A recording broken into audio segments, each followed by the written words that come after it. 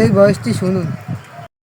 একদল আছে ভারতের বিরুদ্ধে গলাবাজি করে যাচ্ছে, কিন্তু ভারতের কাছ থেকে অধিকারগুলি কে আদায় করেছে? আমাদেরকে ভারতের দালাল বলছে, কিন্তু দালাল কারা? যারা এই আমাদের যে অধিকার, সেই অধিকারের কথা যারা কোনদিন উচ্চবাচ্যই করেনি, প্রকৃত দালাল তো তারাই। তারা ক্ষমতায় থাকতে কিভাবে দাবিদারি করেছে, খোসামদি করেছে, চাটুকারিতা করেছে, সেটা আমার জানা আছে। অনেক তথ্য আমি জানি। আমাদের স্থল সীমানা, এই স্থল সীমানা চুক্তি তো জাতির পিতা বঙ্গবন্ধু শেখ মুজিব করে গিয়েছিলেন, কিন্তু সেই চুক্তি বাস্তবায়নে 1975 সালে জাতির পিতাকে হত্যা করে যারা ক্ষমতা এসেছে একের পর এক, জিয়া, এরশাদ, খালেদা জিয়া, তারা কি কোনোদিন এই স্থল সীমানা চুক্তি বাস্তবায়নের পদক্ষেপ নিয়েছে? ভারতকে বলেছে যে আমাদের যেটুকু জমি আমাদেরকে ফিরিয়ে দেন, আপনাদেরটা আপনারা নেন। কই সেটা বলার তো সাহস পায়নি তারা কোনোদিন। তাহলে দালাল কারা, চাটুকারী কারা, তোষামতি খোসামতি কারা?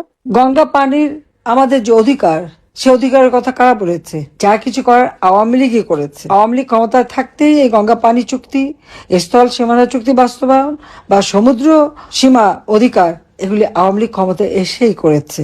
বন্ধুত্ব করে অনেক কিছু আদায় করা যায়, শত্রুতা করে না, এ কথাটা মনে রাখতে হবে।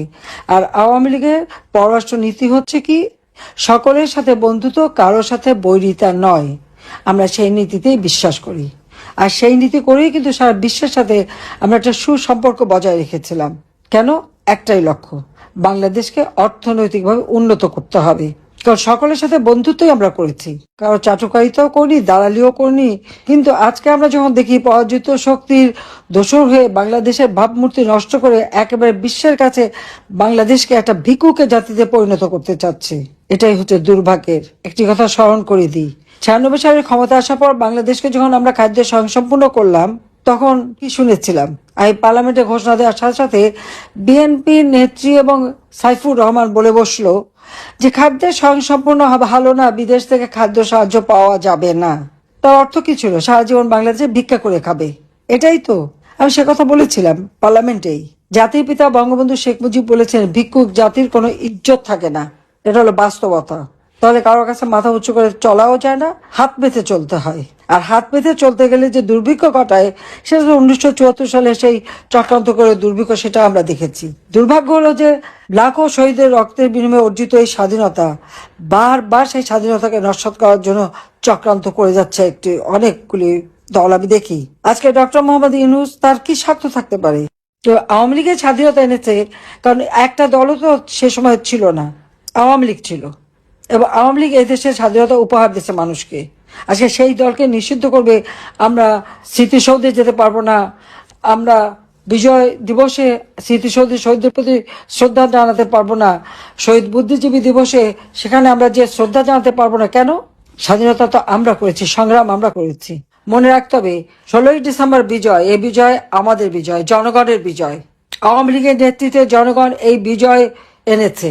এই বিজয়ের সুফল জনগণের দ্বারেই পৌঁছাতে হবে। প্রত্যেকটা মানুষ যেন উন্নত জীবন পায়, প্রতিটি তরুণ যেন কাজ পায়, প্রত্যেকটা নারী যেন নিরাপদ থাকতে পারে, শিশুরা নিরাপদ থাকতে পারে, সেই পদক্ষেপ আমাদের নিতে হবে। এবং একমাত্র আওয়ামী লীগই পারবে বাংলাদেশকে গড়ে তুলতে, একমাত্র আওয়ামী লীগই পারবে বাংলাদেশের মানুষের জীবনের নিরাপত্তা দিতে, বাংলাদেশের মানুষের অন্ন, বস্ত্র, বাসস্থান, চিকিৎসার সুব্যবস্থা করে তাদের একটা উন্নত জীবন দিতে। এখানে আওয়ামী লীগ ছাড়া আর কেউ জনগণের দরদি না, এটা মাথায় রাখতে হবে। জাতির পিতা বঙ্গবন্ধু শেখ মুজিব আমাদের স্বাধীনতা দিয়ে গেছেন, আমরা উন্নয়নশীল দেশের মর্যাদা উন্নীত হয়েছিলাম। ইনশাআল্লাহ বাংলাদেশ উন্নয়নশীল দেশ হিসেবে প্রতিষ্ঠিত হবে। সাথে সাথে 2041 সালের মধ্যে স্মার্ট বাংলাদেশ গড়ে তুলে বিশ্বে আবার আমরা মাথা উঁচু করে দাঁড়াবো, এই প্রত্যয় ব্যক্ত করেই আমি আমার বক্তব্য শেষ করছি। খোদা হাফেজ। জয় বাংলা, জয় বঙ্গবন্ধু। বাংলাদেশ চিরজীবী হোক।